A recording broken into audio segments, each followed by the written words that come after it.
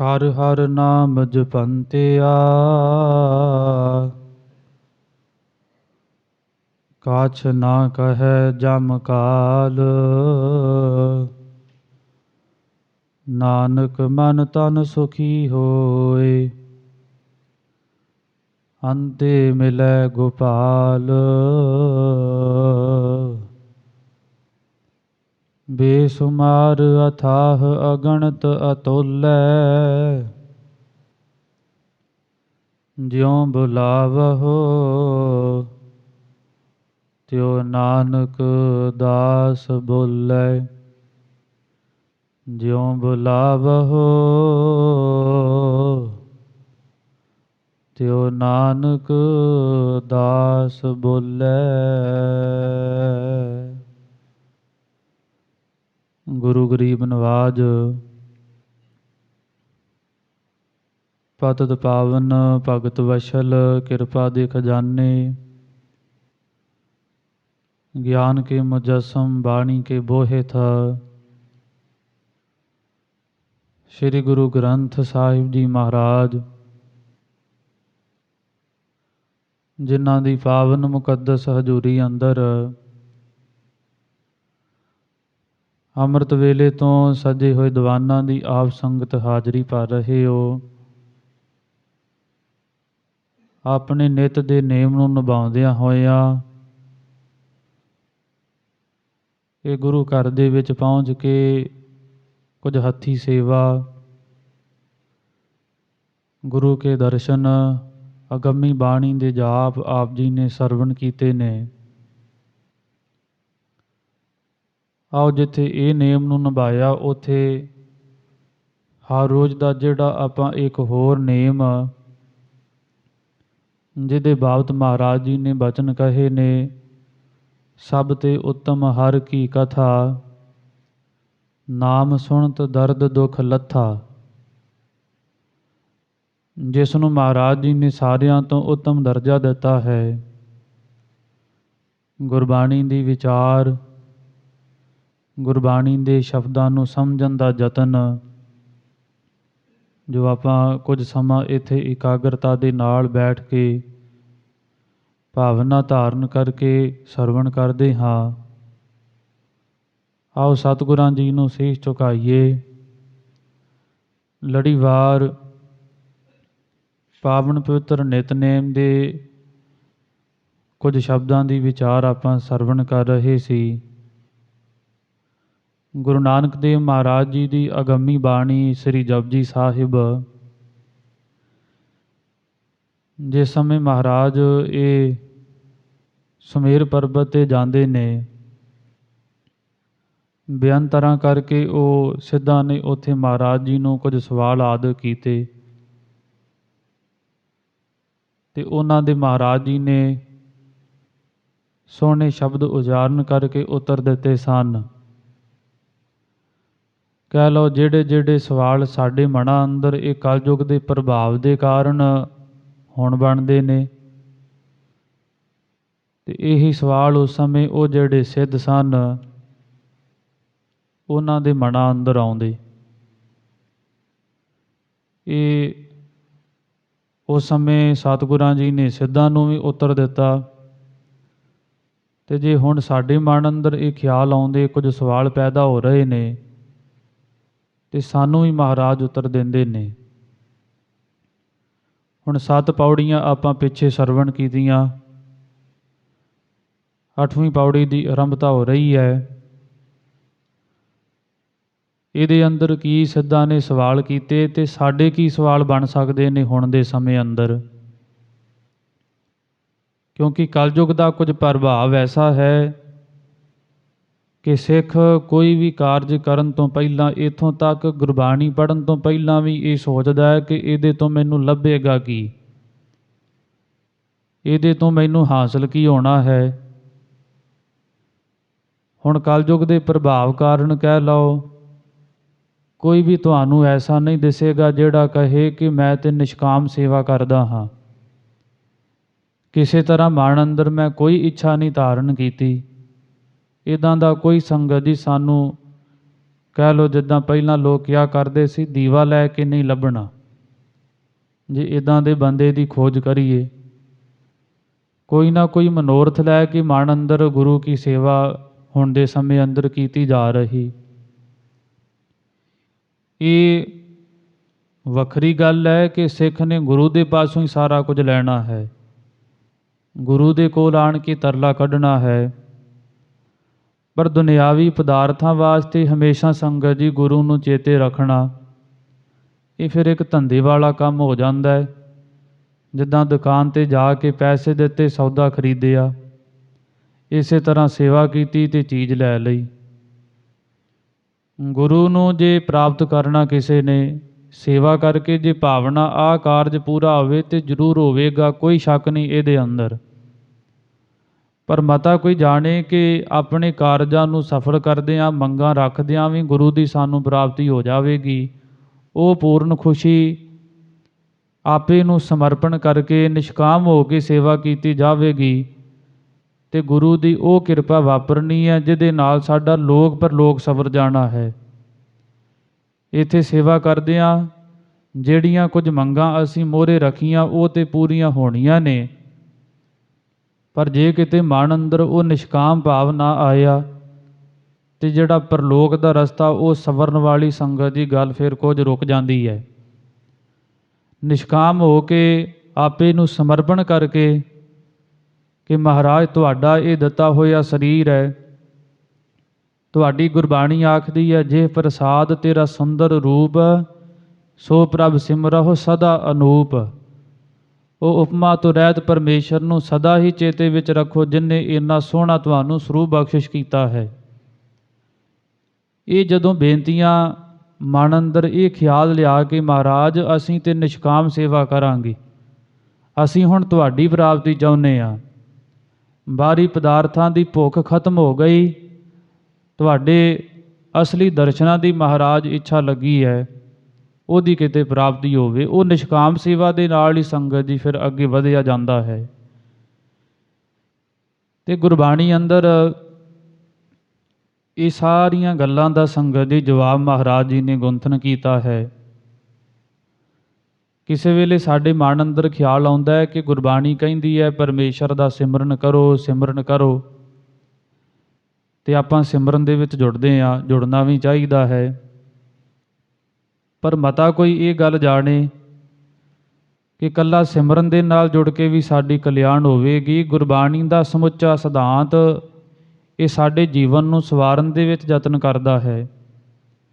ਗੁਰਬਾਣੀ ਵੀ ਪਰਮੇਸ਼ਰ ਦਾ ਸੰਗਤ ਜੀ ਸਿਮਰਨ ਹੀ ਹੈ। ਜੇ ਗੁਰਬਾਣੀ ਨੂੰ ਆਪਾਂ ਪੜ੍ਹਦੇ ਹਾਂ, ਜਾਪ ਕਰਦੇ ਹਾਂ, ਗੁਰਬਾਣੀ ਦਾ ਕਹਿ ਲਓ, ਇਹ ਵੀ ਇੱਕ ਤਰ੍ਹਾਂ ਦਾ ਸਿਮਰਨ, ਪਰਮੇਸ਼ਰ ਦੀ ਕੀਰਤੀ ਹੈ।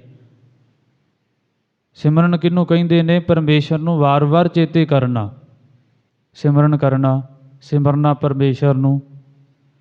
ਗੁਰਬਾਣੀ ਅੰਦਰ ਵਾਰ-ਵਾਰ ਪਰਮੇਸ਼ਰ ਦੀ ਹੀ ਗੱਲ ਕੀਤੀ ਹੋਈ, ਉਹਦੇ ਗੁਣਾਂ ਨੂੰ ਇੱਥੇ ਮਹਾਰਾਜ ਜੀ ਨੇ ਦਰਜ ਕੀਤਾ। ਇੱਕ ਓਅੰਕਾਰ ਤੋਂ ਲੈ ਕੇ 18, 10, 20 ਤੱਕ ਪਰਮੇਸ਼ਰ ਦੀ ਵਡਿਆਈ ਹੀ ਕੀਤੀ ਹੋਈ ਗੁਰਬਾਣੀ ਅੰਦਰ। ਇਹ ਵੀ ਫਿਰ ਪਰਮੇਸ਼ਰ ਦੀ ਕੀਰਤੀ ਹੋ ਗਈ।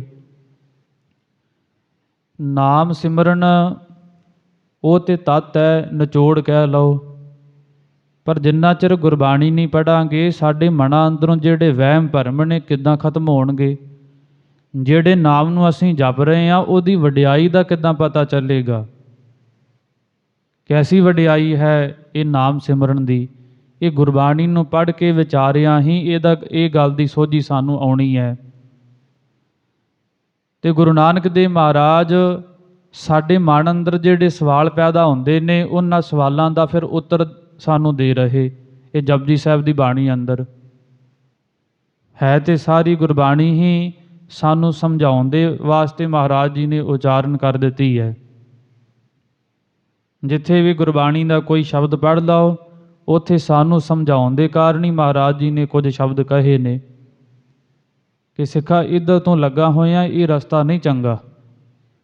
ਜਿੱਦਾਂ ਮਾਤਾ ਪਿਤਾ ਆਪਣੇ ਬੱਚਿਆਂ ਨੂੰ ਸਮਝਾਉਂਦੇ ਨੇ, ਵਾਰ-ਵਾਰ ਕਹਿੰਦੇ ਨੇ, ਵਾਰ-ਵਾਰ ਆਖੀ ਜਾਂਦੇ, ਆਹ ਨਹੀਂ ਚੰਗਾ ਕੰਮ, ਇੱਧਰ ਨਹੀਂ ਜਾਣਾ ਤੂੰ, ਆਹ ਠੀਕ ਹੈ।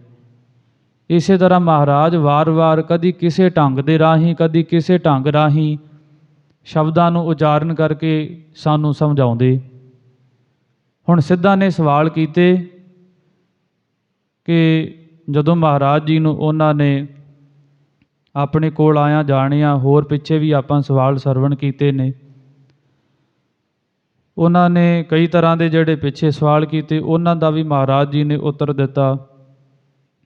ਹੁਣ ਸਿੱਧਾਂ ਨੇ ਇੱਕ ਸੰਗਤ ਦੀ ਹੋਰ ਸਵਾਲ ਜਿਹੜਾ ਸਤਿਗੁਰਾਂ ਜੀ ਦੇ ਸਾਹਮਣੇ ਰੱਖਿਆ ਕਿ ਮਹਾਰਾਜ ਸਾਨੂੰ ਇਹ ਸਵਾਲ ਦਾ ਤੁਸੀਂ ਉੱਤਰ ਦੇ ਦਿਓ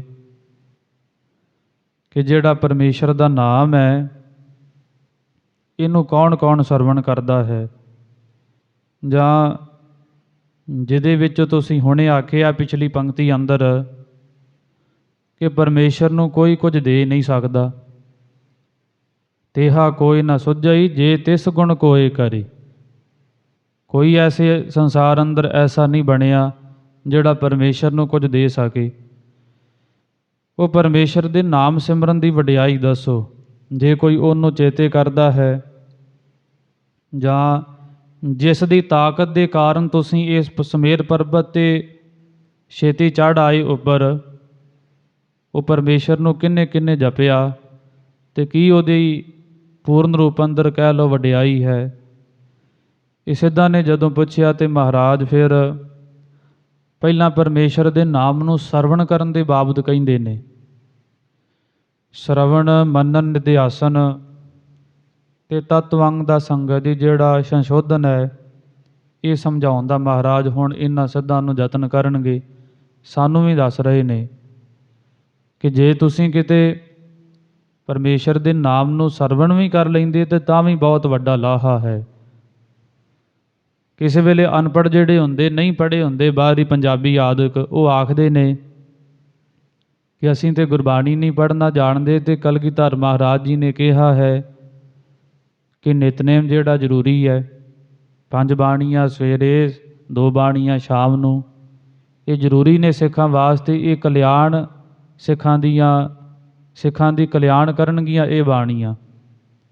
ਇਹ ਬਚਨ ਗੁਰੂ ਗੋਬਿੰਦ ਸਿੰਘ ਮਹਾਰਾਜ ਜੀ ਜੇ ਚੇਤੇ ਕੀਤੇ ਤੇ ਸਾਡਾ ਮਨ ਡਰ ਜਾਂਦਾ ਕਿਸੇ ਵੇਲੇ ਕਿ ਅਸੀਂ ਤੇ ਭਾਈ ਪੜ੍ਹੇ ਲਿਖੇ ਨਹੀਂ, ਫਿਰ ਸਾਡੀ ਕਿੱਦਾਂ ਮੁਕਤੀ ਹੋਵੇਗੀ। ਪਰ ਗੁਰਬਾਣੀ ਨੇ ਇਹ ਬਚਨ ਕਹੇ ਨੇ, ਜੋ ਪ੍ਰਾਨੀ ਗੋਬਿੰਦ ਤੇ ਆਵੈ, ਪੜ੍ਹਿਆ ਅਨਪੜ੍ਹਿਆ ਪਰਮ ਗਤ ਪਾਵੈ। ਜਿਹੜਾ ਪਰਮੇਸ਼ਰ ਨੂੰ ਅਰਾਧਦਾ ਹੈ, ਚੇਤੇ ਕਰਦਾ ਹੈ, ਭਾਵੇਂ ਉਹ ਸੰਗਤ ਜੀ ਗੁਰਬਾਣੀ ਨੂੰ ਜੇ ਨਹੀਂ ਪੜ੍ਹ ਸਕਦਾ, ਸੁਣ ਤੇ ਸਕਦਾ ਹੀ ਹੈ ਨਾ। ਕੰਨ ਪਰਮੇਸ਼ਰ ਨੇ ਦਿੱਤੇ ਇਹੀ ਕੁਝ ਕਰਨ ਵਾਸਤੇ ਕਿ ਪਰਮੇਸ਼ਰ ਦੀ ਵਡਿਆਈ ਇਹਨਾਂ ਕੰਨਾਂ ਦੇ ਨਾਲ ਜੀਵ ਸਰਵਣ ਕਰੇ। ਕਿਸੇ ਵੇਲੇ ਕਈਆਂ ਦੀ ਜੀਭ ਹੀ ਨਹੀਂ ਹੁੰਦੀ, ਉਹ ਤੇ ਉਚਾਰਨ ਹੀ ਨਹੀਂ ਕਰ ਸਕਦੇ, ਗੂੰਗੇ ਹੁੰਦੇ ਨੇ। ਉਹਨਾਂ ਨੂੰ ਫਿਰ ਇਹ ਦੱਸਿਆ ਹੈ ਕਿ ਤੁਸੀਂ ਵਡਿਆਈ ਸਰਵਣ ਕਰ ਲਓ। ਕਈਆਂ ਦੇ ਪਾਸੋਂ ਫਿਰ ਸੰਗਤ ਜੀ ਸਰਵਣ ਨਹੀਂ ਕੀਤਾ ਜਾਂਦਾ, ਉਹਨਾਂ ਨੂੰ ਜੀਭਾ ਵੀ ਦਿੱਤੀ ਹੈ ਕਿ ਤੁਸੀਂ ਇਹਦੇ ਨਾਲ ਉਚਾਰਨ ਕਰ ਲਓ ਪਰਮੇਸ਼ਰ ਦੇ ਗੁਣ। ਕਈਆਂ ਨੂੰ ਨਾ ਹੀ ਜੀਭਾ ਹੈ, ਨਾ ਸੰਗਤ ਜੀ ਉਹਨਾਂ ਦੇ ਕੋਲ ਕੰਨ ਹੀ ਨੇ ਸੁਣਨ ਵਾਸਤੇ। ਵਡੇਬੇ ਵਿੱਚ ਜਾ ਕੇ ਵੀ ਇਹ ਕੁਝ ਭਾਣਾ ਵਾਪਰ ਜਾਂਦਾ ਹੈ। ਨੇਤਰ ਗੁਰਬਾਣੀ ਦੇ ਦਰਸ਼ਨਾਂ ਵਾਸਤੇ ਨਹੀਂ ਰਹਿੰਦੇ, ਜੋਤ ਖਤਮ ਹੋ ਜਾਂਦੀ ਤਾਕਤ ਦੇਖਣ ਦੀ। ਫਿਰ ਉਹ ਹਿਰਦੇ ਅੰਦਰ ਸੰਗਤ ਜੀ ਪਰਮੇਸ਼ਰ ਨੂੰ ਚੇਤੇ ਕਰਨ ਤੇ ਤਾਂ ਵੀ ਉਹਨਾਂ ਦੀ ਕਲਿਆਣ ਹੈ। ਇਹ ਤਰੀਕਾ ਮਹਾਰਾਜ ਜੀ ਨੇ ਗੁਰਬਾਣੀ ਅੰਦਰ ਸਾਨੂੰ ਸਮਝਾਇਆ ਹੈ ਕਿ ਇਸ ਤਰੀਕੇ ਨਾਲ ਵੀ ਸਿੱਖੋ, ਤੁਸੀਂ ਆਪਣੀ ਕਲਿਆਣ ਕਰ ਸਕਦੇ।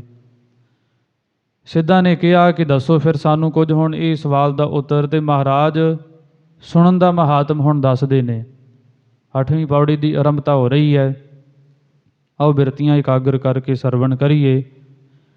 ਸੁਣਿਐ ਸਿੱਧ ਪੀਰ ਸੁਰਨਾਥ। ਗੁਰੂ ਨਾਨਕ ਦੇਵ ਮਹਾਰਾਜ ਆਖਦੇ, ਦੇਖੋ ਸਿੱਧੋ ਜਿਹੜਾ ਤੁਸੀਂ ਮੈਨੂੰ ਸਵਾਲ ਕਰ ਰਹੇ ਹੋ, ਮੈਂ ਤੁਹਾਨੂੰ ਦੱਸ ਦੇਵਾਂ ਕਿ ਸਿੱਧ ਪੀਰ ਜਿਹੜੇ ਤੁਸੀਂ ਸਿੱਧ ਹੋ, ਇਹਨਾਂ ਦੇ ਵੱਡੇ ਵੱਡੇ ਜਿਹੜੇ ਪੂਜਨੀਕ ਪੀਰ ਹੋਏ ਨੇ, ਕਹਿ ਲਓ ਕਿ ਇੱਥੋਂ ਤੱਕ ਉਹ ਤਾਂ ਪਹੁੰਚੇ ਨੇ, ਜਾਂ ਕਹਿ ਲਓ ਗੋਰਖਨਾਥ ਵਰਗੇ ਇੱਥੋਂ ਤੱਕ ਤਾਂ ਪਹੁੰਚੇ ਨੇ, ਪਰਮੇਸ਼ਰ ਦੀ ਵਡਿਆਈ ਨੂੰ ਉਹਨਾਂ ਨੇ ਸਰਵਣ ਕੀਤਾ। ਅਤੇ ਸੁਰਨਾਥ, ਸੁਰ ਹੋ ਗਏ ਦੇਵਤੇ ਅਤੇ ਨਾਥ ਹੋ ਗਏ ਉਹਨਾਂ ਦੇ ਮਾਲਕ। ਉਹਨਾਂ ਦਾ ਮਾਲਕ ਕੌਣ ਹੈ? ਵੱਡਾ ਦੇਵਤਾ ਇੰਦਰ ਮੰਨਿਆ ਹੈ। ਮਹਾਰਾਜ ਕਹਿੰਦੇ ਇੰਦਰ ਜਿਹੜਾ ਆਪਣੀ ਪਦਵੀ ਤੇ, ਇੰਦਰ ਦੀ ਪਦਵੀ ਤੇ ਉਹ ਤਾਂ ਬੈਠਾ ਹੈ ਵੱਡੀ ਪਦਵੀ ਤੇ, ਉਹਨੇ ਪਰਮੇਸ਼ਰ ਦੀ ਵਡਿਆਈ ਨੂੰ ਸਰਵਣ ਕੀਤਾ ਹੈ। ਇਹ ਪਦਵੀਆਂ ਉਹਨਾਂ ਨੂੰ ਤਾਂ ਪ੍ਰਾਪਤ ਹੋਈਆਂ ਨੇ। ਜਾਂ ਜੇ ਦੂਸਰਾ ਅਰਥ ਆਪਾਂ ਸਮਝੀਏ, ਮਹਾਰਾਜ ਕਹਿੰਦੇ ਉਹ ਪ੍ਰਭੂ ਪਰਮੇਸ਼ਰ ਦੇ ਨਾਮ ਨੂੰ ਸੁਣਨ ਕਰਕੇ ਹੀ, ਜੋ ਤੁਹਾਡੇ ਵਿੱਚ ਰਿਧੀਆਂ ਸਿੱਧੀਆਂ ਆਈਆਂ ਨੇ, ਕਈ ਕੁਝ ਤੁਸੀਂ ਕਰਕੇ ਦਿਖਾਉਂਦੇ ਹੋ, ਇਹ ਪਰਮੇਸ਼ਰ ਦੇ ਨਾਮ ਨੂੰ ਸਰਵਣ ਦਾ ਮਹਾਤਮ ਹੀ ਤੁਸੀਂ ਸਰਵਣ ਸਮਝ ਲਓ ਕਿ ਪਰਮੇਸ਼ਰ ਦੇ ਨਾਮ ਨੂੰ ਤੁਸੀਂ ਸਰਵਣ ਕੀਤਾ ਤੇ ਤੁਹਾਡੇ ਕੋਲ ਰਿਧੀਆਂ ਸਿੱਧੀਆਂ ਆ ਗਈਆਂ। ਇਹ ਸਰਵਣ ਦਾ ਮਹਾਤਮ ਹੈ। ਵੱਡੇ ਵੱਡੇ ਤੁਹਾਡੇ ਜਿਹੜੇ ਪੀਰ ਹੋ ਚੁੱਕੇ ਨੇ, ਉਹਨਾਂ ਨੇ ਵੀ ਇਹ ਪਦਵੀਆਂ ਤਾਂ ਹਾਸਲ ਕੀਤੀਆਂ ਸਨ, ਪਰਮੇਸ਼ਰ ਦੇ ਨਾਮ ਨੂੰ ਉਹਨਾਂ ਨੇ ਸਰਵਣ ਕੀਤਾ। ਦੇਵਤਿਆਂ ਦੇ ਵੱਡੇ ਦੇਵਤੇ ਵੀ ਤਾਂ ਉਹ ਪਦਵੀਆਂ 'ਤੇ ਪਹੁੰਚੇ, ਉਹਨਾਂ ਨੇ ਪਰਮੇਸ਼ਰ ਦੇ ਨਾਮ ਦੇ ਮਹਾਤਮ ਨੂੰ ਜਾਣਿਆ ਹੈ। ਜੋ ਸਰਵਣ ਕਰਨ ਦਾ ਮਹਾਤਮ, ਉਹਦੇ ਬਾਰੇ ਉਹਨਾਂ ਨੇ ਸਮਝਿਆ ਹੈ। ਜਾਂ ਸੰਗਤ ਜੀ, ਇਹ ਮਹਾਰਾਜ ਆਖਦੇ ਨਾਮ ਨੂੰ ਸਰਵਣ ਕਰਨ ਨਾਲ ਹੀ ਜਿਹੜੀ ਸਿੱਧ ਮੁਕਤੀ ਹੈ ਉਹਦੀ ਪ੍ਰਾਪਤੀ ਹੁੰਦੀ ਹੈ। ਜੀਵਨ ਅੰਦਰ ਇਹ ਸਿੱਧ ਕਹਿ ਲਓ ਮੁਕਤੀ ਦੀ ਪ੍ਰਾਪਤੀ ਹੋ ਜਾਣੀ। ਫਿਰ ਇਹ ਸਮਝੀਏ, ਪੀਰ ਕਹਿੰਦੇ ਨੇ ਵੱਡੇ ਵੱਡੇ ਜਿਹੜੇ ਪੂਜਨੀਕ ਹੋ ਜਾਈਦਾ ਹੈ ਪਰਮੇਸ਼ਰ ਦੇ ਨਾਮ ਨੂੰ ਸਰਵਣ ਕਰਕੇ। ਸੰਸਾਰ ਅੰਦਰ ਸੰਗਤ ਜੀ ਜਿਹਨੂੰ ਕੋਈ ਨਹੀਂ ਨਾ ਜਾਣਦਾ, ਜੇ ਕਿਤੇ ਉਹ ਨਾਮ ਜਪਣਾ ਸ਼ੁਰੂ ਕਰ ਦੇਵੇ ਤੇ ਉਹ ਪੂਜਨੀਕ ਹੋ ਜਾਵੇਗਾ ਸੰਸਾਰ ਦਾ। ਜਿੰਨੇ ਭਗਤ ਸਾਹਿਬਾਨ ਹੋਏ ਨੇ ਤੇ ਬਾਹਰੀ ਤੌਰ 'ਤੇ ਜਿਨ੍ਹਾਂ ਨੂੰ ਬ੍ਰਾਹਮਣ ਲੋਕ ਨੀਚ ਜਾਤੀ ਦੇ ਆਖਿਆ ਕਰਦੇ ਸੀ, ਪਰ ਗੁਰਬਾਣੀ ਨੇ ਸੰਗਤ ਜੀ, ਜੇ ਕਿਤੇ ਗੁਰੂ ਅਰਜਨ ਦੇਵ ਮਹਾਰਾਜ ਜੀ ਨੇ ਉਹਨਾਂ ਨੂੰ ਉਹ ਬ੍ਰਾਹਮਣਾਂ ਦੀ ਨਿਗਾਹ ਦੇ ਨਾਲ ਦੇਖਿਆ ਹੁੰਦਾ ਤੇ ਸ਼ਾਇਦ ਗੁਰੂ ਅਰਜਨ ਦੇਵ ਮਹਾਰਾਜ ਵੀ ਉਹਨਾਂ ਦੀ ਬਾਣੀ ਨੂੰ ਦਰਜ ਨਾ ਕਰਦੇ ਸ੍ਰੀ ਗੁਰੂ ਗ੍ਰੰਥ ਸਾਹਿਬ ਜੀ ਦੇ ਅੰਦਰ। ਪਰ ਗੁਰੂ ਅਰਜਨ ਦੇਵ ਮਹਾਰਾਜ ਜੀ ਤੇ ਜੋ ਸ੍ਰਿਸ਼ਟੀ ਨੂੰ ਪੈਦਾ ਕਰਨ ਵਾਲੇ ਜਾਣਦੇ ਨੇ ਕਿ ਇਹ ਜਾਤੀ ਕਰਮ ਕਰਕੇ ਬਣਦੀ ਹੈ। ਧੁਰ ਤੋਂ ਜਾਤੀ ਕਿਸੇ ਦੀ ਨਹੀਂ ਲਿਖੀ ਹੋਈ, ਇਹ ਕਰਮ ਕਰਕੇ ਕੋਈ ਜਾਤੀ ਬਣ ਗਈ। ਤੇ ਜਿਨ੍ਹਾਂ ਨੇ ਫਿਰ ਪਰਮੇਸ਼ਰ ਦੀ ਭਗਤੀ ਕੀਤੀ ਉਹ ਤੇ ਉੱਦਾਂ ਹੀ ਬ੍ਰਹਮ ਗਿਆਨੀ ਹੋਏ, ਬ੍ਰਾਹਮਣ ਹੋਏ ਨਾ। ਫਿਰ ਜਿਨ੍ਹਾਂ ਨੇ ਬ੍ਰਹਮ ਪਰਮੇਸ਼ਰ ਨੂੰ ਜਾਣਿਆ ਹੈ। ਤੇ ਗੁਰੂ ਅਰਜਨ ਦੇਵ ਮਹਾਰਾਜ ਜੀ ਨੇ ਫਿਰ ਇਹ ਸੰਗਤ ਜੀ ਵੱਡੇ ਕਾਰਜ ਕੀਤੇ। ਕਹਿ ਲਓ ਕਿ ਜੇ ਬ੍ਰਾਹਮਣਾਂ ਦੇ ਘਰ ਅੰਦਰ ਜਨਮ ਲੈ ਕੇ ਕੋਈ ਨੀਚ ਕਰਮ ਕਰਦਾ ਤੇ ਉਹ ਸ਼ੂਦਰ ਹੈ। ਪਿੱਛੇ ਵੀ ਆਪਾਂ ਕਈ ਵਾਰ ਇਹ ਵਿਚਾਰ ਸਰਵਣ ਕੀਤੀ ਹੈ ਕਿ ਗੁਰੂ ਗੋਬਿੰਦ ਸਿੰਘ ਮਹਾਰਾਜ ਕਹਿੰਦੇ ਨੇ ਕਿ ਕਰਮ ਨਾਮ ਵਰਨਤ, ਜਿੱਦਾਂ ਦਾ ਕਿਸੇ ਦਾ ਕਰਮ ਹੈ, ਜਿੱਦਾਂ ਹੁਣ ਕਹਿ ਲਓ ਜ਼ਿਮੀਂਦਾਰ ਸਾਰੇ ਬੈਠੇ ਨੇ, ਜ਼ਿਮੀਂਦਾਰ ਹੈ ਕੋਈ, ਉਹਨਾਂ ਦਾ ਬੱਚਾ ਚੰਗੀ ਸੰਗਤ ਨੂੰ ਛੱਡ ਕੇ ਮਾੜੀ ਸੰਗਤ ਵਿੱਚ ਪੈ ਜਾਂਦਾ, ਨੀਚ ਕਰਮ ਕਰਦਾ, ਉਹ ਸ਼ੂਦਰ ਹੀ ਹੈ, ਉਹ ਜ਼ਿਮੀਂਦਾਰ ਨਹੀਂ ਰਿਹਾ। ਕਿਉਂਕਿ ਇਹ ਜੋ ਵਰਤਾਰਾ ਹੈ ਇਹ ਕਰਮ ਕਰਕੇ ਸੰਗਤ ਜੀ ਬਣਦਾ ਹੈ। ਇੱਥੇ ਮਹਾਰਾਜ ਆਖਦੇ ਨੇ, ਸੁਣਿਆ ਸਿੱਧ ਪੀਰ ਸੁਰਨਾਥ। ਪੀਰ ਤੋਂ ਭਾਵ ਜਿਹੜੇ ਵੱਡੇ ਪੂਜਨੀਕ ਬਣ ਜਾਈਦਾ ਹੈ ਜੇ ਪਰਮੇਸ਼ਰ ਦੇ ਨਾਮ ਨੂੰ ਸੁਣਿਆ ਜਾਵੇ। ਜਾਂ ਕੋਈ ਕਹੇ ਕਿ ਮੈਂ ਦੇਵਤੇ ਵਾਲੀ ਜੂਨ ਪ੍ਰਾਪਤ ਕਰਨੀ ਹੈ, ਬ੍ਰਹਮ ਲੋਕ ਦਾ, ਜਾਂ ਇਹ ਜਿਹੜੇ ਇਹ ਦੇਵਤਿਆਂ ਦੀਆਂ ਪੁਰੀਆਂ ਮੰਨੀਆਂ ਨੇ ਇਹਨਾਂ ਦਾ ਮਾਲਕ ਬਣਨਾ ਹੈ, ਪਰਮੇਸ਼ਰ ਦੇ ਨਾਮ ਨੂੰ ਸਰਵਣ ਕਰਨ ਦੇ ਨਾਲ ਹੀ ਸੰਗਤ ਜੀ ਇਹਦੀ ਪ੍ਰਾਪਤੀ ਬਣ ਜਾਂਦੀ, ਇਹਦੀ ਪ੍ਰਾਪਤੀ ਹੋ ਜਾਂਦੀ ਹੈ। ਹੋਰ ਵੀ ਕਈ ਤਰ੍ਹਾਂ ਦੇ ਇਹਦੇ ਸੰਗਤ ਜੀ ਅਰਥ ਬਣਦੇ ਨੇ। ਅੱਗੇ ਮਹਾਰਾਜ ਜੀ ਨੇ ਫਿਰ ਬਚਨ ਕਹੇ ਕਿ ਸੁਣਿਆ ਧਰਤ ਧਵਲ ਆਕਾਸ਼। ਪਰਮੇਸ਼ਰ ਦੇ ਨਾਮ ਨੂੰ ਇਹ ਕਹਿ ਲਓ ਧਰਤੀ ਵੀ ਸਰਵਣ ਕਰਦੀ ਹੈ। ਧਵਲ ਜੋ ਸੰਗਤ ਜੀ ਧਰਮ ਰੂਪ ਧੌਲਾ ਬਲਦ ਹੈ, ਜਿਹਨੇ ਇਹ ਧਰਤੀ ਨੂੰ ਟਿਕਾਇਆ ਹੋਇਆ ਹੈ, ਉਹ ਵੀ ਪਰਮੇਸ਼ਰ ਦੇ ਨਾਮ ਨੂੰ ਸਰਵਣ ਕਰਦਾ ਹੈ।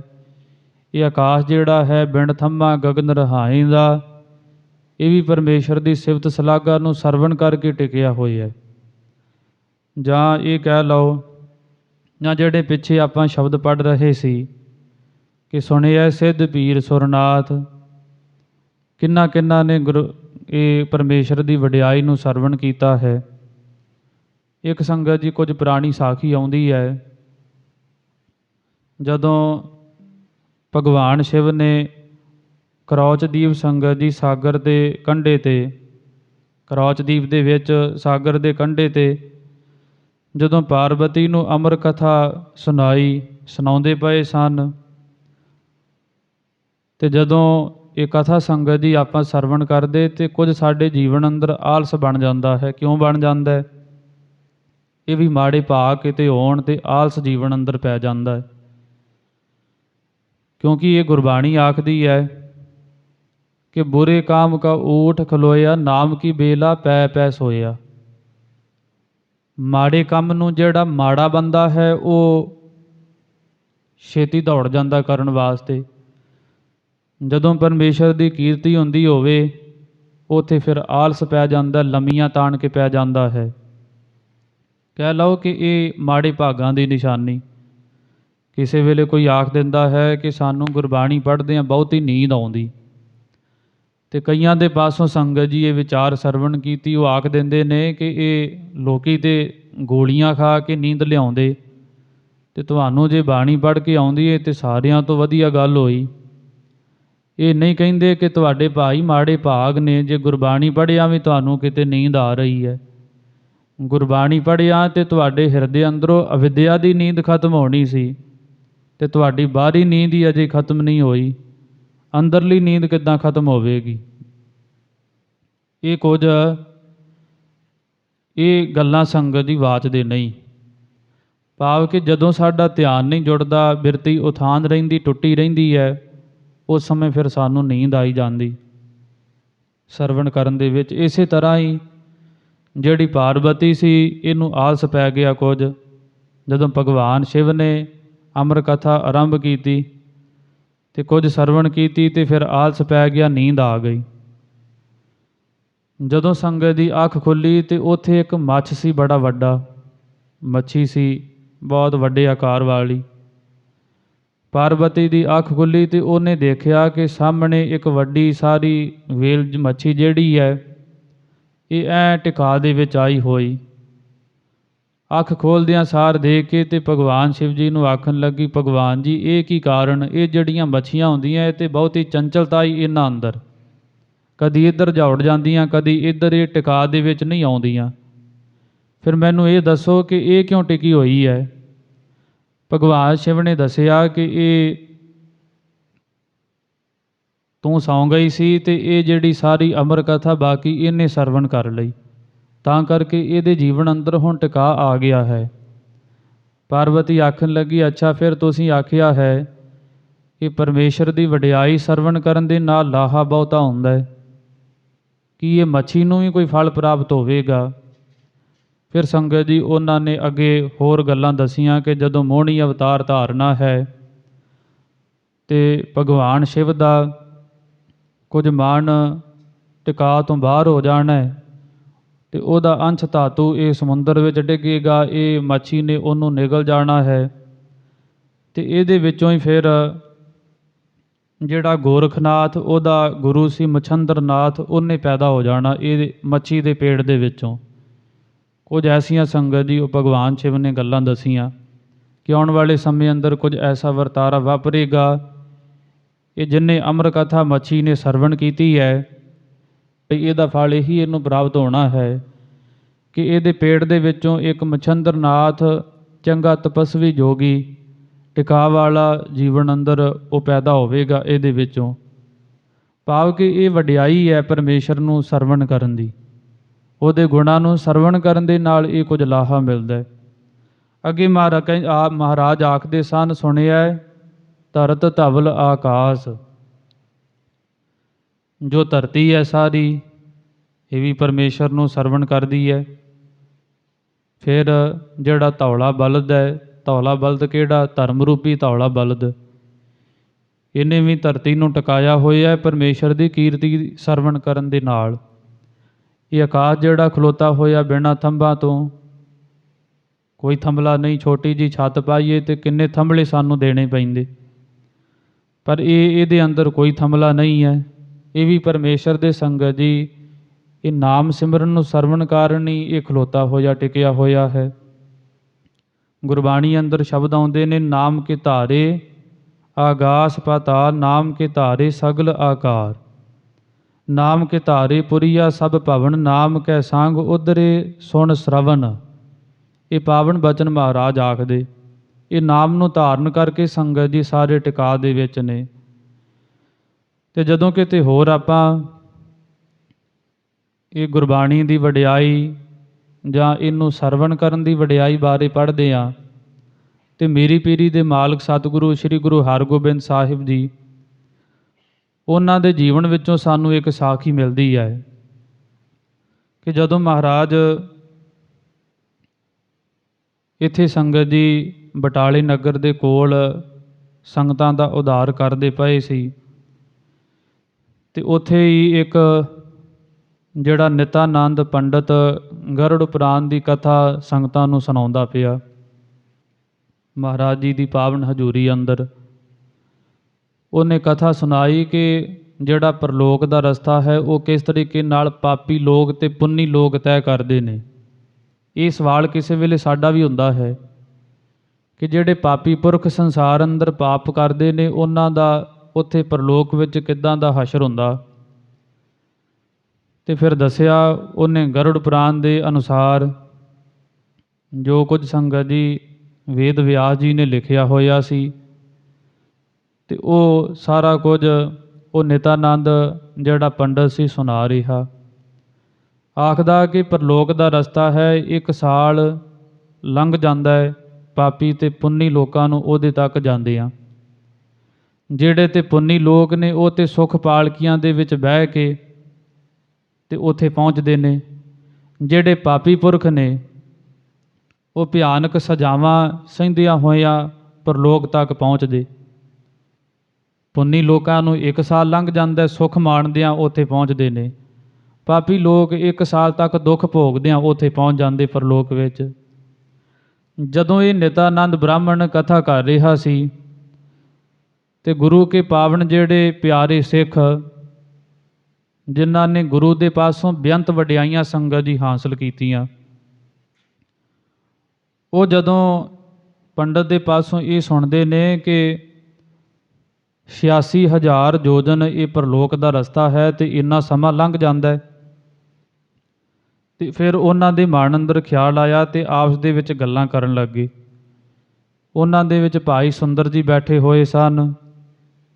ਉਹ ਕਹਿਣ ਲੱਗੇ ਕਿ ਇਹ ਬ੍ਰਾਹਮਣ ਕੀ ਆਖੀ ਜਾਂਦਾ ਹੈ ਕਿ 1 ਸਾਲ ਪਰਲੋਕ ਦਾ ਰਸਤਾ ਹੈ, ਮੈਂ ਤੇ 8 ਪਹਿਰਾਂ ਦੇ ਵਿੱਚ ਹੋ ਕੇ ਆ ਸਕਦਾ ਹਾਂ।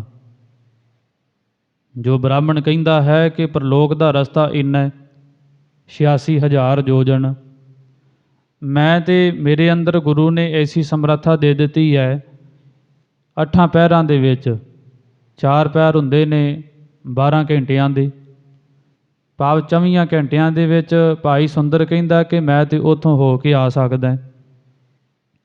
ਇੰਨੇ ਸਮੇਂ ਨੂੰ ਸੰਗਤ ਜੀ ਉੱਥੇ ਗੁਰੂ ਕਾ ਸਿੱਖ ਹੋਰ ਵੀ ਖਲੋਤਾ ਹੋਇਆ ਸੀ ਜਿਹਨੂੰ ਭਾਈ ਲਾਲਾ ਕਰਕੇ ਜਿਹਦਾ ਨਾਮ ਆਇਆ ਹੈ। ਉਹ ਆਖਦਾ ਭਾਈ ਸੁੰਦਰ ਮੈਂ ਤੇ 4 ਪਹਿਰਾਂ ਦੇ ਵਿੱਚ ਹੋ ਕੇ ਆ ਸਕਦਾ, ਤੂੰ 8 ਪਹਿਰਾਂ ਦੀ ਗੱਲ ਕਰਦਾ ਹੈ।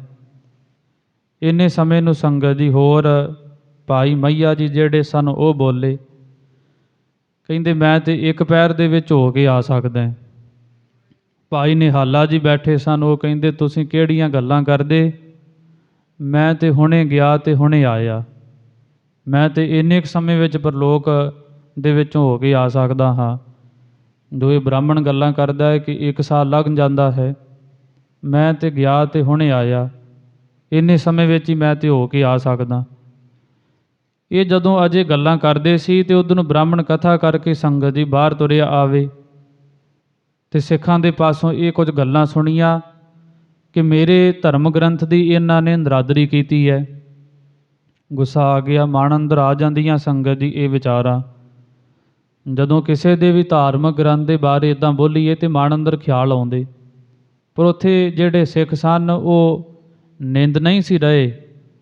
ਉਹ ਕੁਝ ਗੁਰੂ ਦੀ ਜਿਹੜੀ ਕਿਰਪਾ ਉਹਨਾਂ 'ਤੇ ਵਾਪਰੀ ਉਹਦਾ ਉਹ ਖੁਲਾਸਾ ਕਰਦੇ ਪਏ ਸੀ। ਬ੍ਰਾਹਮਣ ਦੇ ਮਨ ਅੰਦਰ ਕੁਝ ਗੁੱਸਾ ਆਇਆ ਤੇ ਸਿੱਖਾਂ ਨੂੰ ਕੁਝ ਨਹੀਂ ਕਿਹਾ। ਆਣ ਕੇ ਸਿੱਧਾ ਗੁਰੂ ਹਰਗੋਬਿੰਦ ਸਾਹਿਬ ਮਹਾਰਾਜ ਜੀ ਦੇ ਕੋਲ ਕਹਿਣ ਲੱਗਾ, ਦੇਖੋ ਮਹਾਰਾਜ, ਪਹਿਲਾਂ ਮੈਨੂੰ ਇਹ ਦੱਸੋ ਕਿ ਤੁਹਾਡੇ ਸਿੱਖ ਝੂਠੇ ਨੇ ਜਾਂ ਸਾਡੇ ਧਾਰਮਿਕ ਗ੍ਰੰਥ ਝੂਠੇ ਨੇ। ਤੇ ਮਹਾਰਾਜ ਹੱਸ ਪਏ। ਮਹਾਰਾਜ ਕਹਿੰਦੇ ਕੀ ਗੱਲ ਬਣੀ, ਪਹਿਲਾਂ ਇਹ ਦੱਸ।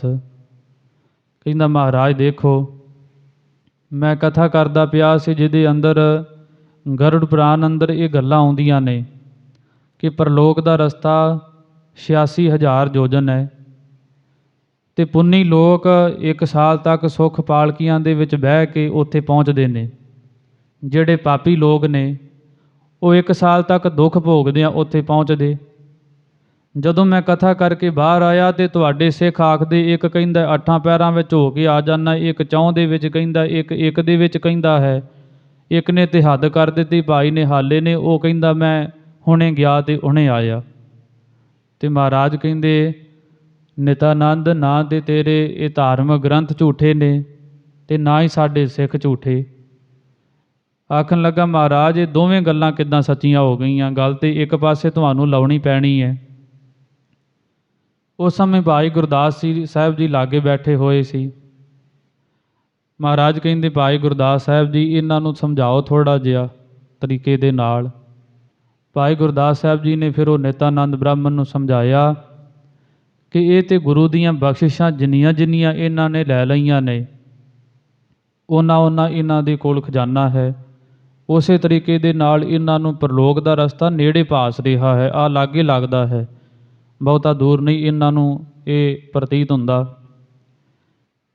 ਇਹ ਗੁਰੂ ਕੀ ਸੰਗਤ ਕਰਨ ਦੇ ਨਾਲ, ਗੁਰੂ ਕੇ ਜਸ ਨੂੰ ਸਰਵਣ ਕਰਨ ਦੇ ਨਾਲ ਕੁਝ ਐਸੀ ਇਹਨਾਂ ਦੇ ਅੰਦਰ ਅਵਸਥਾ ਆ ਗਈ। ਤੇ ਜਿਹੜੇ ਤੁਹਾਡੇ ਧਾਰਮਿਕ ਗ੍ਰੰਥ ਜਿਨ੍ਹਾਂ ਦੀ ਤੁਸੀਂ ਗੱਲ ਕਰਦੇ ਕਿ ਉਹ ਫਿਰ ਕਿੱਦਾਂ ਝੂਠੇ ਬਣ ਸਕਦੇ ਨੇ, ਉਹ ਵੀ ਸੱਚੇ ਨੇ। ਹੈ ਉਹ ਵੀ ਸੱਚੇ ਨੇ, ਕਿਉਂ?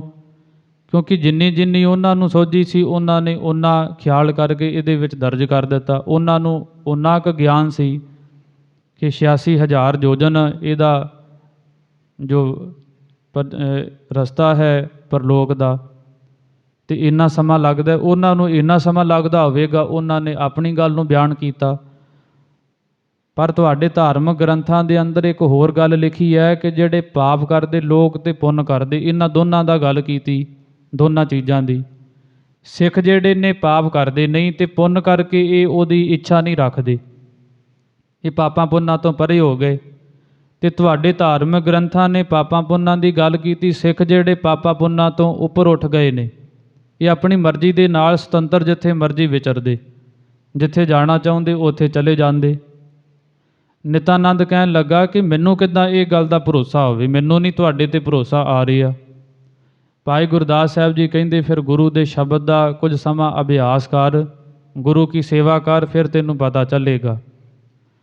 ਨਿਤਾਨੰਦ ਨੇ ਸਿਰ ਨਵਾਇਆ ਤੇ 6 ਮਹੀਨੇ ਸੰਗਤ ਜੀ ਲਗਾਤਾਰ ਰਾਤ ਦਿਨ ਇੱਕ ਕਰ ਦਿੱਤਾ ਗੁਰੂ ਕੀ ਸੇਵਾ ਵਿੱਚ, ਤੇ ਫਿਰ ਵਾਹਿਗੁਰੂ ਮੰਤਰ ਜਪਦਾ ਰਿਹਾ। 6 ਮਹੀਨੇ ਜਦੋਂ ਬਤੀਤ ਹੋ ਗਏ, ਭਾਈ ਗੁਰਦਾਸ ਸਾਹਿਬ ਜੀ ਨੂੰ ਮੀਰੀ ਪੀਰੀ ਦੇ ਮਾਲਕ ਸਤਿਗੁਰਾਂ ਜੀ ਨੂੰ ਆਣ ਕੇ ਕਹਿਣ ਲੱਗਾ, ਮਹਾਰਾਜ ਤੁਸੀਂ ਸੱਚ ਬੋਲਦੇ ਸੀ। ਜੋ ਤੁਹਾਡੇ ਸਿੱਖਾਂ ਦੀ ਅਵਸਥਾ ਸੀ ਨਾ ਕਿ ਮੈਂ ਗਿਆ ਤੇ ਆਇਆ, ਇਹ ਮੈਨੂੰ ਵੀ ਹੁਣ ਇਸੇ ਤਰ੍ਹਾਂ ਹੀ ਭਾਸਣਾ ਸ਼ੁਰੂ ਹੋ ਗਿਆ ਹੈ। ਜਿਹਦੀ ਮੈਂ ਗੱਲ ਕਰਦਾ ਸੀ ਕਿ 86,000 ਯੋਜਨ ਰਸਤਾ ਹੈ ਪਰਲੋਕ ਦਾ, ਹੁਣ ਮੈਨੂੰ ਵੀ ਆਪਣੇ ਨੇੜੇ ਭਾਸਣ ਲੱਗ ਪਿਆ। ਮੈਂ ਵੀ ਹੁਣ ਹੁਣੇ ਜਾਵਾਂ ਤੇ ਹੁਣੇ ਆ ਸਕਦਾ ਹਾਂ।